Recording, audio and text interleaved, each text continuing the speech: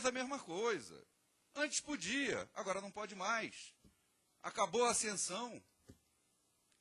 Então não tem esse negócio. Hoje está esculpido na nossa Constituição, na Constituição do Brasil, que o concurso público é pedra basilar para entrar no serviço público. E se o sujeito quer lançar crédito tributário, tem que fazer concurso público para auditor fiscal da Receita Federal.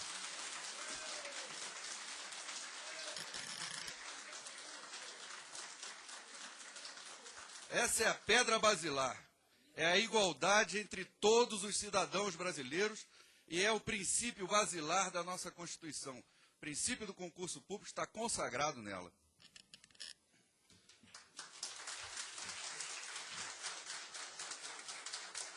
Nesse instante eu passo a palavra ao senhor Paulo Antenor. Bom, vou responder as questões, deputado Lerea. Só comentando aqui, dar um dado, deputado Mauro, que na Receita Federal tem atividade 8 mil analistas e 12 mil auditores fiscais hoje. Então, concurso público não é resposta, não. Tem que procurar essas respostas no fato de que, por exemplo, somente lotado no gabinete, no órgão central em Brasília, tem mais servidores da carreira auditoria do que em 4 regiões fiscais do país, empata com a 5ª. Então, na verdade, a questão não é concurso público. A questão aqui é outra, é a utilização da mão de obra. É ter uma atribuição em lei e não exercê-la.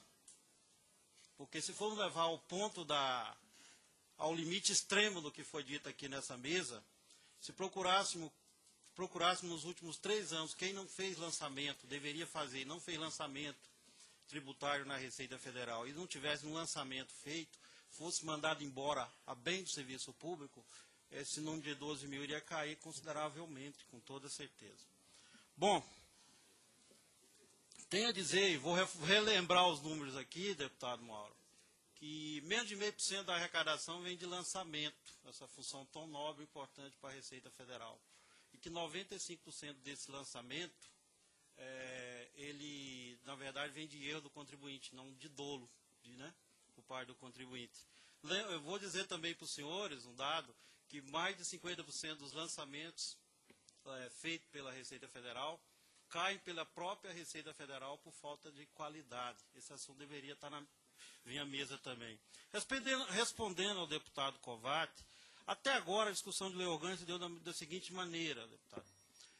Durante a gestão do senhor Rachid, criou-se um programa pró-pessoas, onde, de forma não paritária, de forma não democrática, se fez uma minuta de projeto de lei orgânica. Na gestão da ex-secretária Lina Vieira, não houve discussão de lei orgânica, até porque ela procurou colocar na prática, através de portarias, o que se queria através da lei orgânica. O atual secretário chamou as entidades e, de uma maneira, está tentando, até esse momento, de maneira isenta, colocar essa discussão, chamou um representante de cada entidade, são 8 entidades que representam na lista tributária são 2, e estamos lá discutindo na Escola de Administração Fazendária. Os debates não têm avançado e dificilmente avançam. Houve aparelhamento no órgão na gestão anterior do Dr. Catacho? Eu já coloquei publicamente numa entrevista até na Globo, sim, um aparelhamento sindical, e mantenho essa posição aqui.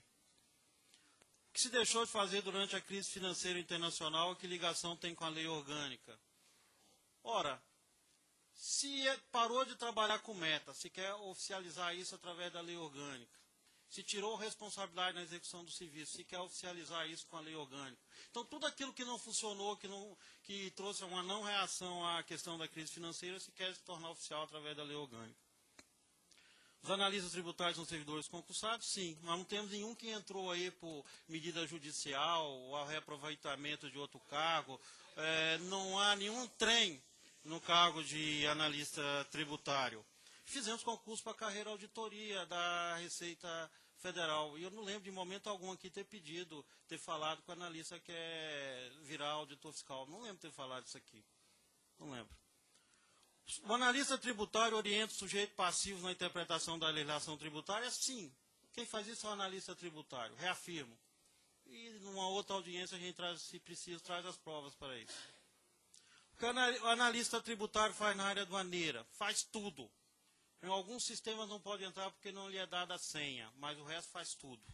Tá? Qualquer procedimento.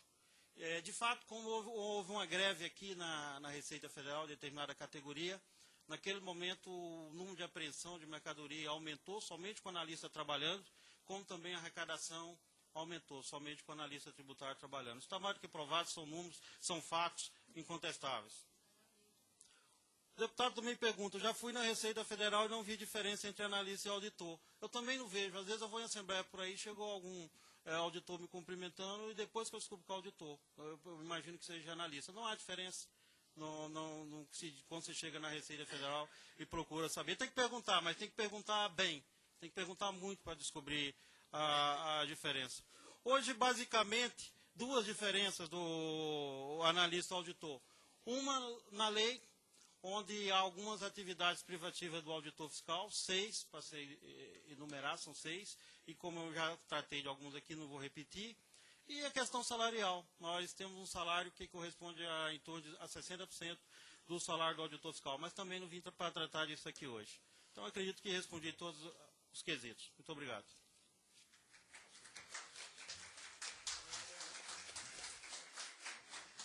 Nesse momento eu vou passar a palavra ao ilustre deputado, representante do Estado de Rondônia, Mauro Nazif, para que ele possa fazer os seus questionamentos.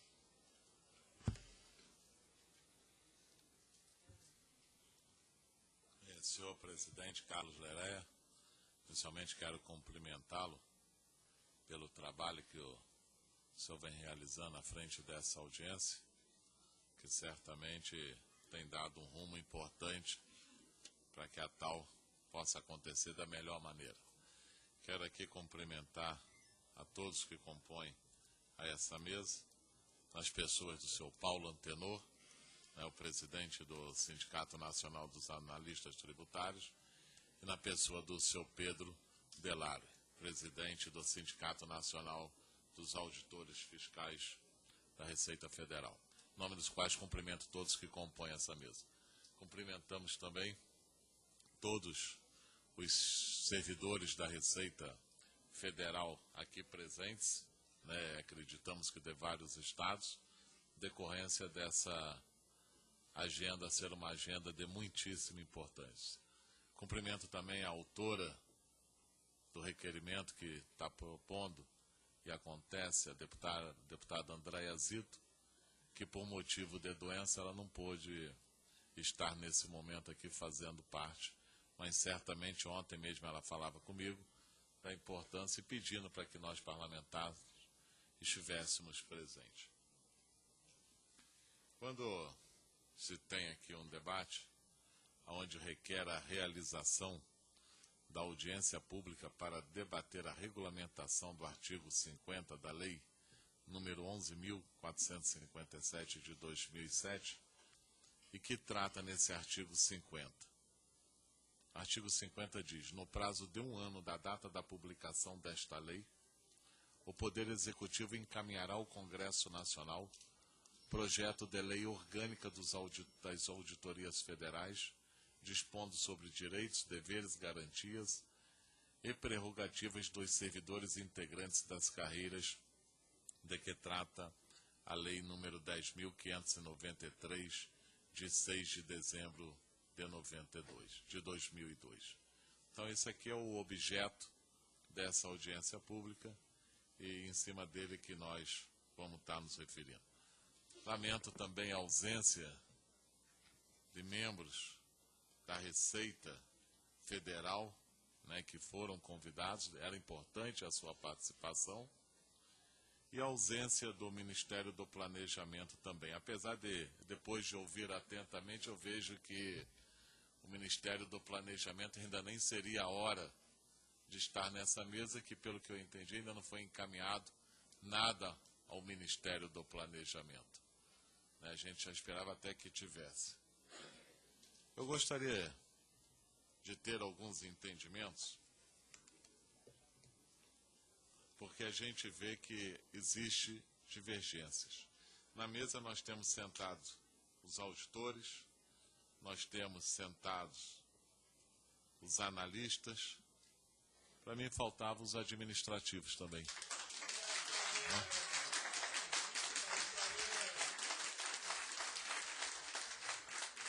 Como foi bem dito, a Receita ela é composta de 3 grupos. Né? E a presença do administrativo, ela se faz muito importante, inclusive uma categoria que muito tem lutado pela Receita Federal como um todo, e não apenas para eles administrar.